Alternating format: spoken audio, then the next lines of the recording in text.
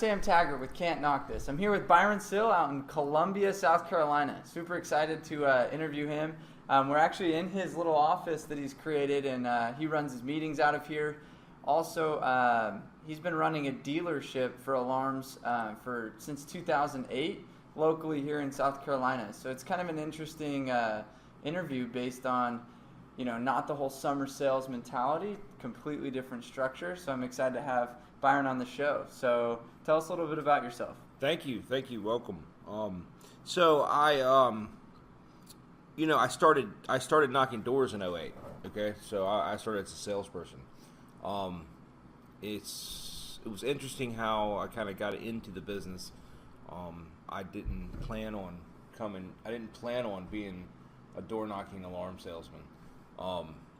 But it was kind of my niche. It was kind of my thing. I guess I was good at it. It came easy to me. But I would have never been in this business had I not been turned down for another sales job, which was, to me at the time, it was crazy. I was like, you're not going to hire me? Like. What'd you do before sales? Like, what'd you do before you got into door-to-door? Okay, so I was in the mortgage industry before I was in the door-to-door. Okay, cold calling, originating, loans on the phone.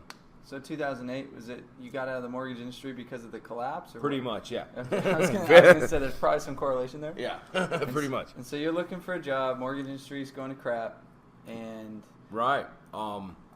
So went to the car lot, worked there for a little bit. I was checking the ads. It was like I was looking at the newspaper back then. So I saw a job for an alarm company and then in a phone company. And I wanted to work at the phone company because I didn't really want to knock on doors just because of the stigma, whatever. I mean, I didn't care, but I just, was leaning towards the phone sales job.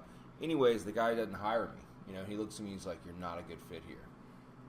And I looked at him and I said, you're crazy. I said, I've never, I was like, I'll be your number one salesman. First month guaranteed. So I hounded him. Okay? Why do you think he didn't hire you? The guy was he's super on the money. He's smart, okay? He's actually grown. He's all over the country now, right? And he is good. So I went back 3 times, and I was like, look, man, I've never been turned down for a sales job. Why wouldn't you hire me? I'm 100% commission. Yeah. And we finally got down to it, and he was like, there's just something about you. You couldn't sit in a retail store all day, which is true, And I learned something right then.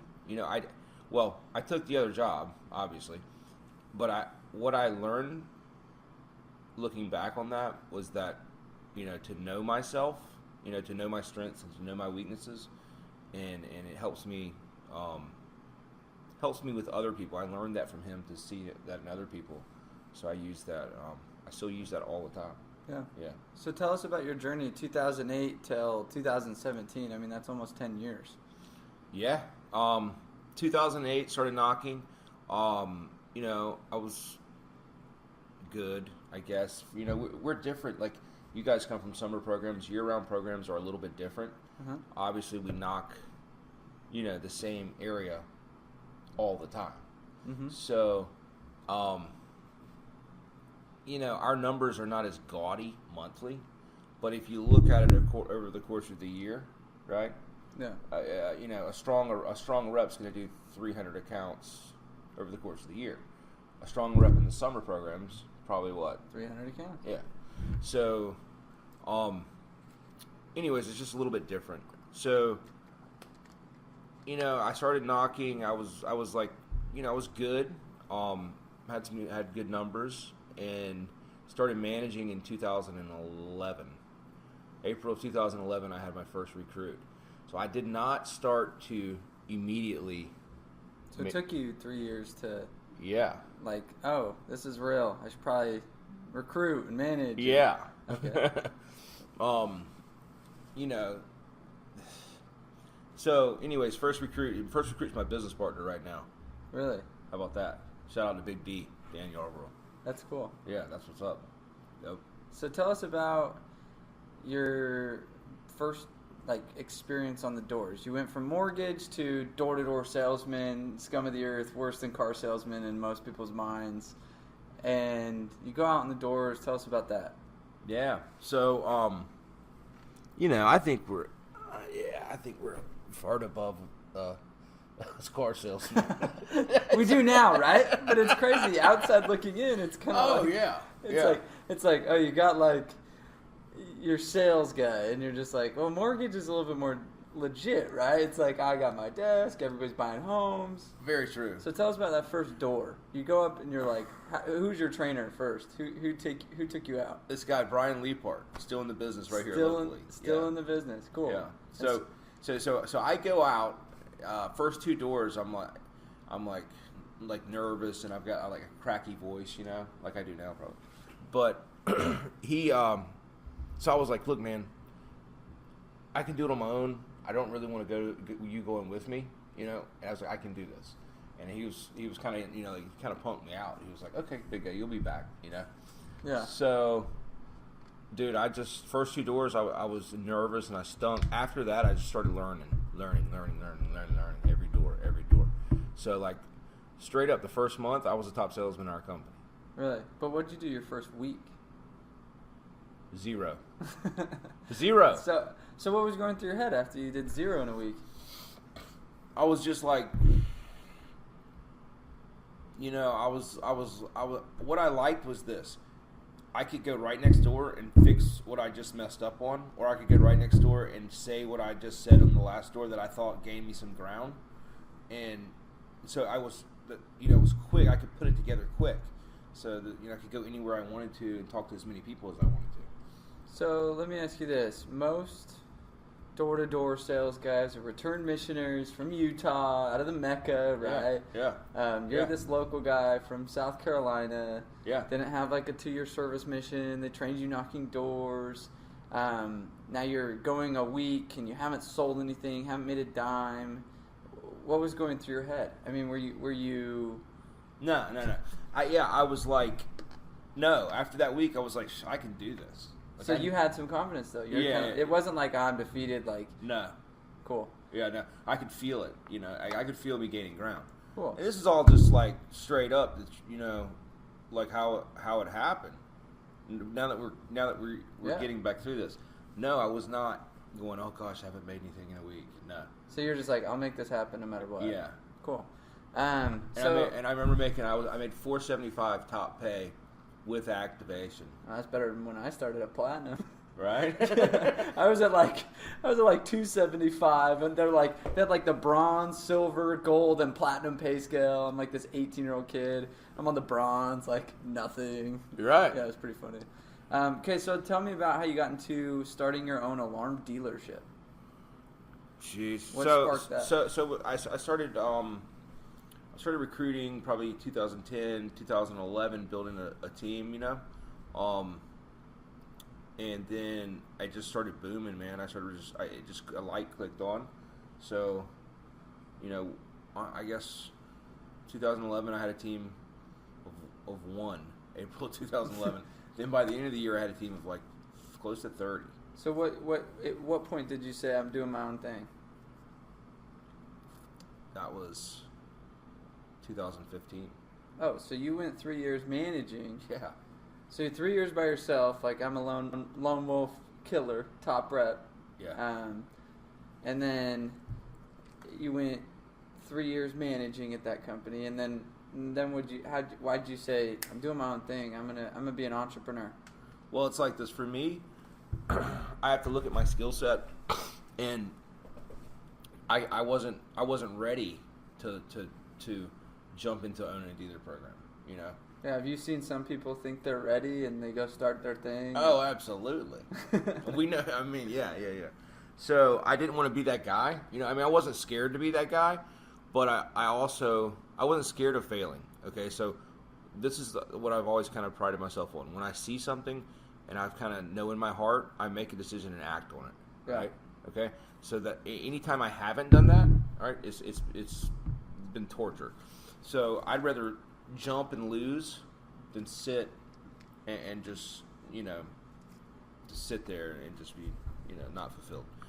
But anyways, the question was what I just needed more experience, right? So I didn't want to jump ahead of myself. Yeah. Oh, sorry. So then also, like, I know my skill set, so I need to surround myself with the right people. Okay, so surround myself with the right team to be successful. Yeah. All right. So what's up? So how was it your first, like, starting a dealership? What were those first few months like? Jeez. Busy and hectic. Did it go as well as you planned, or was it better than you planned? It went as well as we planned, man. Yeah. I guess we came out. Yeah, we did. That's cool. Yeah. So we boomed out pretty fast. So what makes you? I guess a good question is, like, what makes you different? Like, obviously you've managed. I mean, how many people do you think you've managed over the last 6, 7 years managing, right? So how many people do you think you've managed? Come and gone, recruited? Jeez, maybe. Jeez, that's a hard question, Sam. There's a lot of turnover. I know, that's why I'm thinking. If you had to throw a number out there, it's right. like, So that's what I was thinking. So, 200, 250. Cool. 200, 250. Now I've got, our core team. We've been together for like 5 years, I guess. I say that, since 2011. and you've kind of maintained that core little group. Yes. And so let's talk about that. How have you maintained a year-round little group of guys? Guys will come and go. You talk about turnover, right? And so it took like 200 and something guys to have this core 30-man company. Yeah. Now my question would be, I mean, how do you manage these guys? How do you take, on average you're doing what you were telling me earlier, 150, 200 a month. Yeah. With these core little group of guys year round. That means January, February, March, not just like all in the summer. Yeah. So it adds up, you're doing 2,500, 3,000 accounts in a year. So that's a phenomenal office, especially if you're doing your own dealership. But my question is, how do you get guys to, one, recruit, sell, and manage their lives on a year-round basis? That's a good question, because it is different than the summer programs, and often I've like envied what you guys did, and I thought about doing that. I thought it would be not easier, but I thought it would be, makes more sense to just bang out over 4 months. Unfortunately, we're set up here. We have we come home to our families at night. Yeah, you're not like in corporate housing or in a sole apartment. Yeah. So how do we do it, man? Okay, so when we first clicked up, I guess our whole motto was, numbers and leverage, right? So if we can hold our numbers, if we can stay together, hold our numbers, leverage the numbers for the best, I guess, pay, the best, treat the way people were treated, all that. Then we knew there was power there. Okay. So it's like guys aren't picking off your dudes because you're paying them on a multiple versus a pay scale of 600-700, or we're paying them the best we can. Yeah. And then, so of course a lot comes with that on the back end, but we just have to be mindful of how you're knocking doors and what you're doing, and we do that. But sorry, what would you just ask me? So, what do you do to maintain their production throughout the year? Right. Working the same territory over and over and over and over and never leaving it. Yes, it does get like that. So what we do is we're constantly watching the market. When we go to market, we're looking at a couple different things like closings in the area, new home construction. Let's see, if we're doing upgrades, switchovers, where's the summer program hit, 3 years ago. Yeah, or where did they just come in and crush? Because we're not going to go there, right? Because, let's be real, you guys come in and it's like you hit our towns, I usually hit our little towns, but that was always my thing, So now it's kind of like we're kind of like the hyenas. Like if the big guys are the wolves, right? Yeah. We're the hyenas. But at the end of the day, you're making great money. Yeah, hyenas eat. Yeah. So my question is, how have you managed to be more strategic in that? Because it doesn't sound like your guys live. I mean, how far away is your farthest guy that's in like your little company office? Yeah, so in another state. In another state? Yeah, he's in North Carolina. So. Yeah, so he goes North Carolina. It's like he's part of your office or company, right? Yeah, and you've got guys in Greenville. You've got guys in Charleston, it sounds like. Right. So my question, it's not like team meeting every day, right? No. So how do you get more, one, kind of a team camaraderie would be one question, then I have another question after that. But. Yeah, so I'm on the phone a lot, right? Yeah. So, like, we do a lot of conference calls, a lot on the phone, keep in touch every morning, every night, we check in. How does that work? Tell me about the check-ins. Yeah, so it's just like, to stay motivated, it's just like we need to, like, look, I've got their back, they got my back, I mean, let's be real. Anybody can get in a slump. Anybody can get off their A game, So it's good to have someone to remind you, hey, man, remember what we do. Remember what this is. It's a transference of energy. If you're up there dead on the door, you're going to be just like someone that's dead on the door, So, excuse me. And the same thing goes for them to me, And if someone's not feeling it, if they're dragging, whatever, we'll go meet them. We hop in the car. We go to work, Cool, and just take them out? Yeah, we go to work together. So how often do you guys meet up together? Once a week. Once a week? Yeah. So it's just once a week, we all get together, come down. Yeah.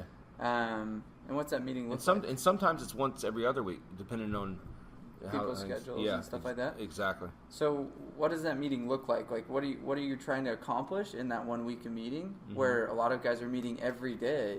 What are you trying to accomplish there? Yeah. So we're just mainly just resetting our minds, retooling, just kind of like, it's pump up, it's pump up, but it's going to last a week. You know what I mean? Yeah, it's like you might as well get energized enough to like, it's like fill me up, like plug me in, and then hopefully it lasts all week, and then plug me in again. And but keep in mind, we don't have to do 4 a day. You right? Yeah. We need to do 1 to 2 a day. So what's your average day look like? Tell us about that. My average day or my reps average? Or our both. Yeah, like okay.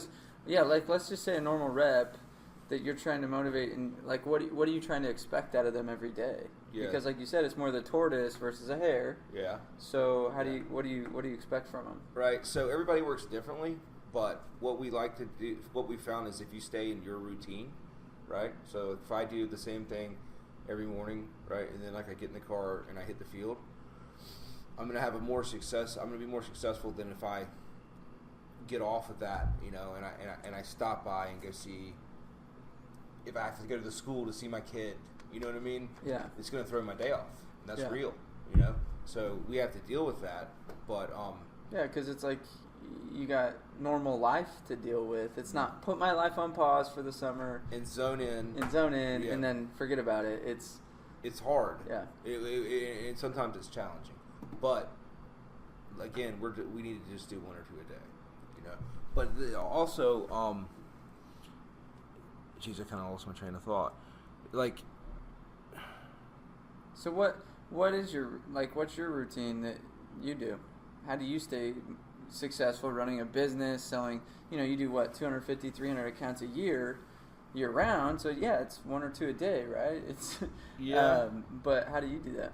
Well, I don't do 250 anymore. Okay. But back when you were doing it. Yeah. So when I was doing it, I mean, if that's all I was doing, I could do 250, 300, 400 accounts. Yeah. Easy. Not easy, but like, how do I stay motivated and what do I do?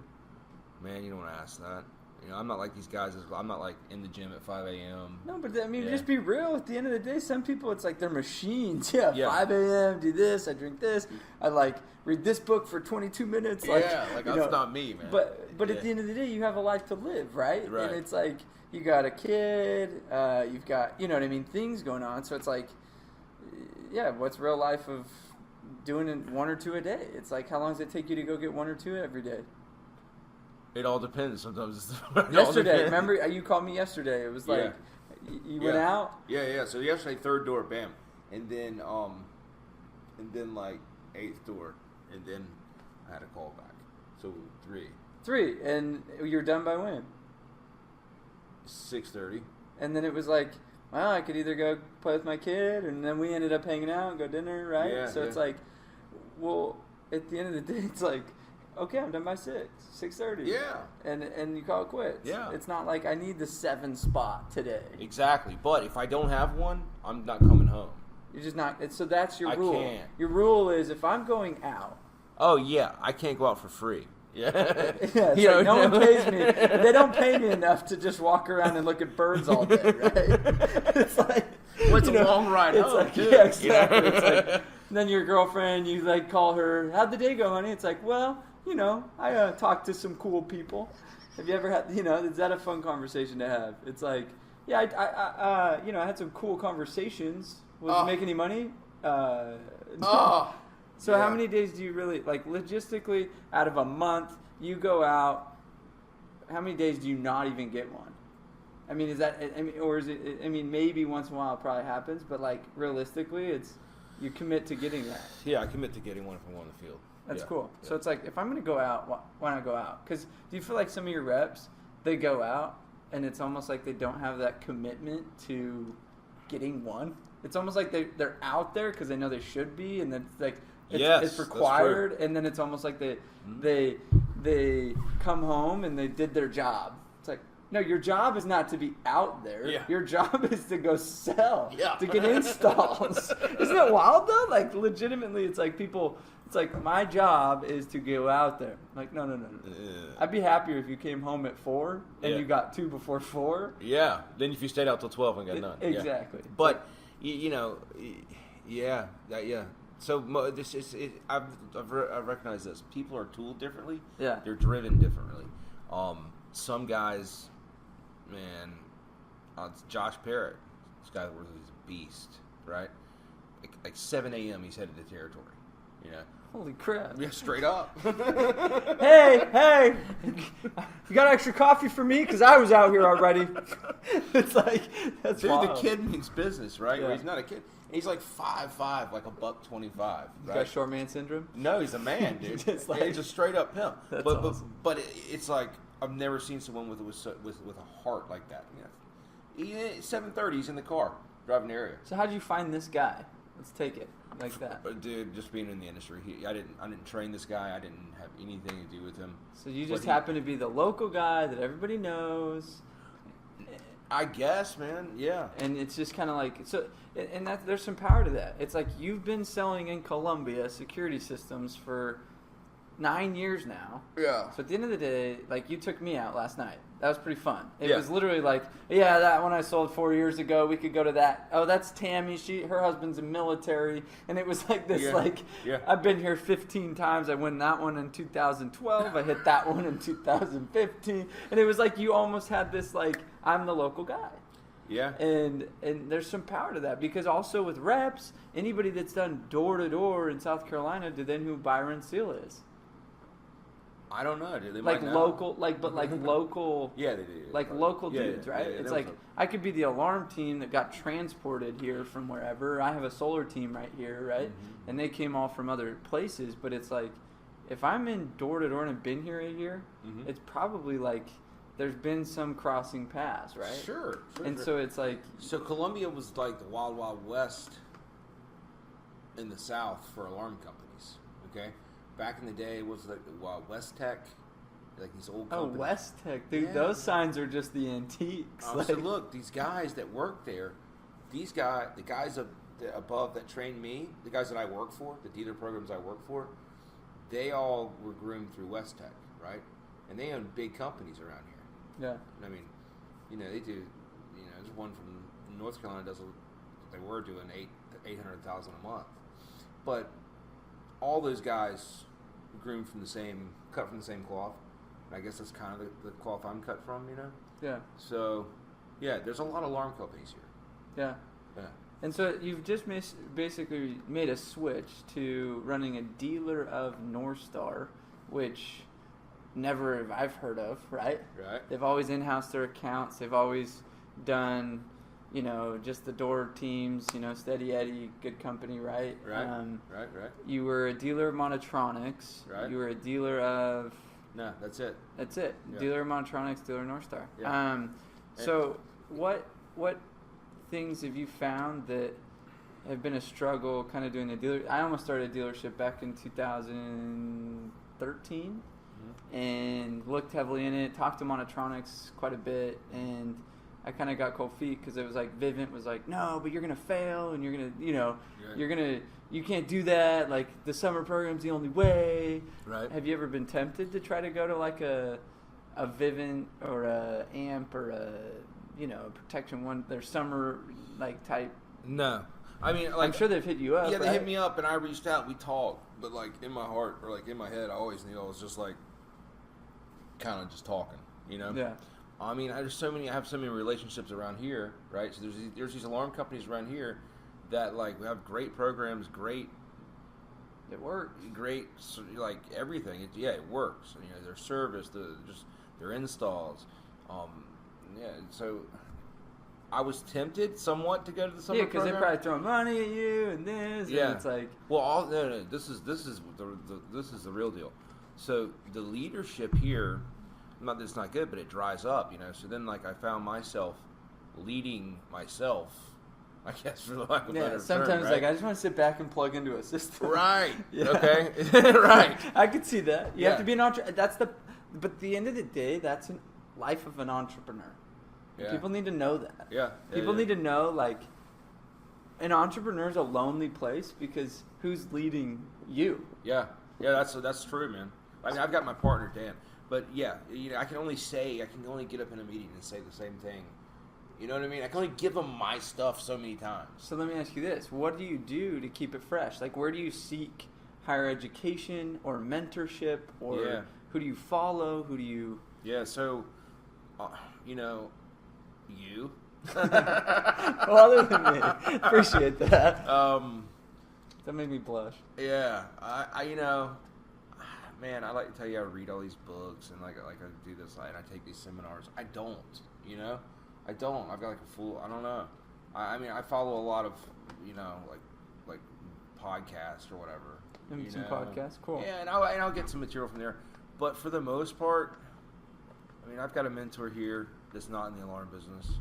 That helps you out. Yeah, it's nothing to do with alarms, but no, that's what's important. It's almost like I don't think alarm mentorship is necessarily the answer. I think sometimes it's like branching out. And ever since I've kind of branched out to like people that never did alarms or never did door to door, and it's like, oh, I learn way more than them versus regurgitating the same stuff that the other alarm dude did, or the other dude learned it from him and him and him. It's the traditions of our fathers. Yes. It's like we all say the same stuff, right? Yeah. I mean, your door approach is probably really similar to mine, right? Right. And it's like you have a takeover pitch just like every other takeover dude. You've got the new home pitch just like every other new home dude, right? Hey, I just know. Right. We're coming here because we know you moved in a couple of days ago, so we just want to make sure you get all set up before anything happens. You know what I mean? Like that's your go-to, right? Yeah. So, no, that's what's interesting is it's like seeking outside of the alarm space is probably really important. Okay, so let's talk about recruiting. You run, like shifting gears. So how do you recruit locally? Because I know a lot of guys so are starting, like I know Vivint's starting this GM thing where it's like open up a local year-round, move your family, not summer thing. I know I know a lot of these alarm companies are trying to push, hey, we need year-round production to make our numbers even, and we don't like these spikes and drops. But a big issue is these guys go to a market and how do they recruit? Like, how have you done so well to recruit hundreds of reps here? And I'm going to put a plug in here because it was funny. One of the things you said 2-3 days ago was, we were chatting and you're like, yeah, I was talking to this, he sold you something or restaurant you were telling me about you just hired. Yeah. It was a waiter. A waiter. Yeah. I was like, okay, you're like, dude, I had this waiter. Yeah. And what'd you tell him? Like, he's waiting tables and. Yeah. So if I see someone that I think could do this, I'm gonna flip them a card. I'm gonna pitch them. I'm gonna let them know what I do because this business changed my life. Okay, I like what I do. You know, so if I see someone that's fits the mold, I feel like, you know, that has the natural ability, I like to stop and talk to them. Yeah, so it's almost like you have to be like always constantly like open. And how many guys do you feel like you pulled just that way? Like you're at the cell phone booth and you're like, oh man, like what are you doing here? A lot. Yeah, a lot. I don't know. Maybe like, well, I mean, Oscar came up and pitched me.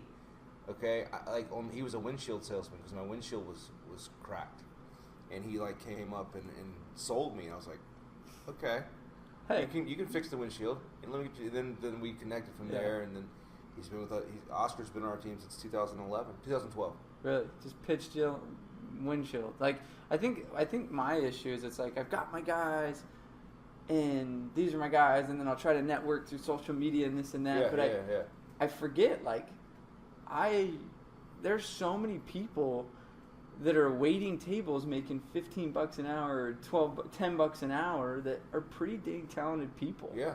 And it sounds like some of your best guys have just come from you know, the guy at Jiffy Lube or the guy, I mean, just talking to you, it's like, oh, where'd you pull that guy? And then you said a comment that was impactful yesterday just when you were out. You were like, I need to like pick quality over just quantity.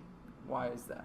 Yeah, because look, if you're working with someone, you're training someone, you're giving them a lot of your energy, So I don't want to, time. I don't want to waste my time. I don't want to waste my energy. But it happens. But I just feel like, especially in the alarm business now, reps can burn you.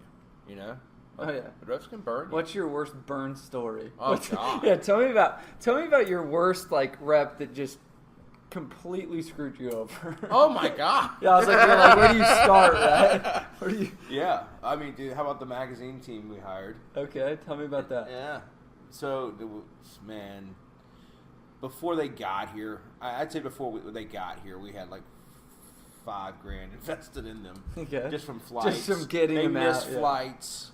Hotel to get them here sober, hungry, You know the deal. I know the deal. Yeah. I do know it. But it's okay, man. But I've learned from that, I learned from that. But, so, tell me about your best recruit. I mean, it sounds like it's this Dan Yarborough, which I know him super well. Yeah. Big Dan. Big like, D. What is 400 pounds? Big D. Yeah, so big, Dan's a big dude. Looks like an NFL football player, right?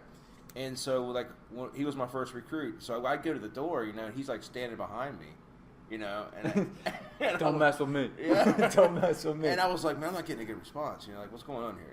Like, so, but he's one of the best salespeople I know. Put him in front of a customer, put him in front of a door, and he turns on. What was his background? Dude. Not really anything in sales. I don't know what he was like a metal shaper. Metal shaper. I'm not good at stuff like that. I love that. Yeah, like he cuts metal and stuff. Yeah, he cuts metal and stuff. Okay. Yeah. Cool. So how do you work an area? I mean, it sounds like kind of going into sales. Mm-hmm. So an area is different to you than it would be a summer guy, right? Mm-hmm, mm-hmm. You've been here for 9 years. Yeah. So one of the questions I guess I had for you was, how do you work that? I mean, do you even go to every door? Or is it kind of like a referral basis? I mean, like, how do you? All right. So look, I've rarely had referrals. You can probably count on our hands put together how many referrals I've had. So how do you work it? I don't know. I just knock doors, man. You just go out. I go out and just knock doors. Cool. Now, I have guys that run new construction, like closings, guys that go and do their upgrade sign, look for signs and whatever. I don't know. I knock doors. But, cool. Yeah. Okay, so we're going to go through what we call the lightning round. This is my favorite part. It's just quick questions. It's like boom, boom, boom. First thing that comes to your mind, I want you to just tell me that, okay? Okay. Okay, so what makes you a successful salesman? Personality and process. book that changed your life? Best Don't book. ask that. Craziest thing. Hey, we're salesmen. We have ADD. Yeah, right. Before I got married, it was like 3 books on my hand that I'd ever read. Like I just quick note it in school or whatever. Yeah. Craziest thing that happened to you on the doors? I mean, gun in face, naked girl. One of the two. What skill should every salesman have? The ability to listen and ask questions. What makes you happy?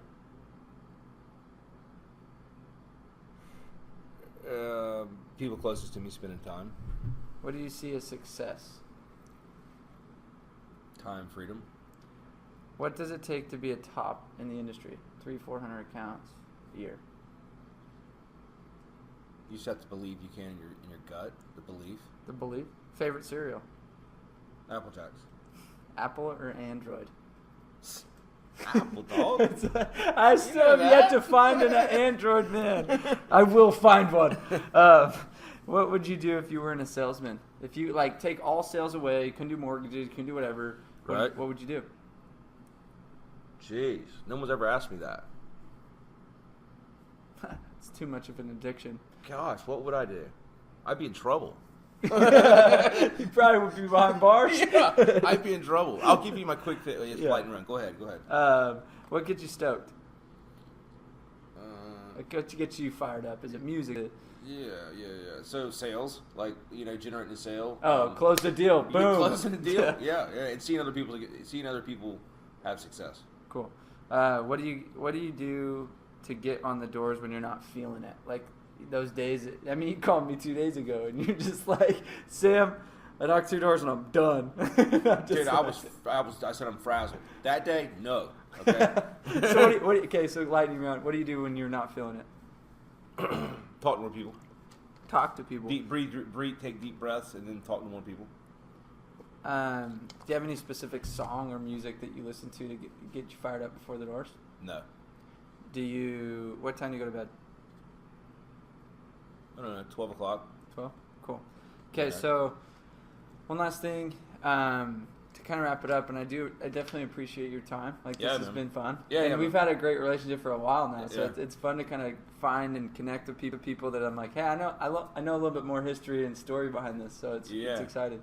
But if you were to give one piece of advice for a brand new salesman going into the space, what would you tell him? Never done sales, or it's his first summer, first year. What would you tell him? I would tell him, number one, I would tell him to convince himself, to believe it, to convince himself of his product, and to visualize his goals, and believe in them, and they'll come into his life. So just have the belief and faith. Yeah. And it'll manifestations. That's what I'm talking about. Yeah. That's what I would manifest it. Yeah. Cool. So this is Can't Knock This, Byron Sill. Super excited for this interview. That was a lot of great content. Yeah, I hope so, man. So tag your friends, follow us on Can't Knock This group, Facebook, YouTube channel, podcast, SoundCloud, iTunes, and thank you. Can't Knock This.